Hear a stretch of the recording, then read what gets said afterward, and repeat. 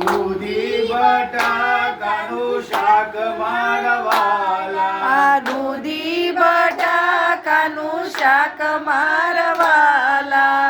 જમો જમાડું ઘણા ભાવથી રે. જમો જમાડું ઘણા ભાવથી રે. આમોદનો ભાત હેતે કર્યો રે. આમોદનો ભાત હેતે કર્યો રે. સાથે તુવેરની દાળ મારવાલા. સાથે તુવરની દાળ મારવાલા. જમો જમાડું ઘણા ભાવથી રે રે.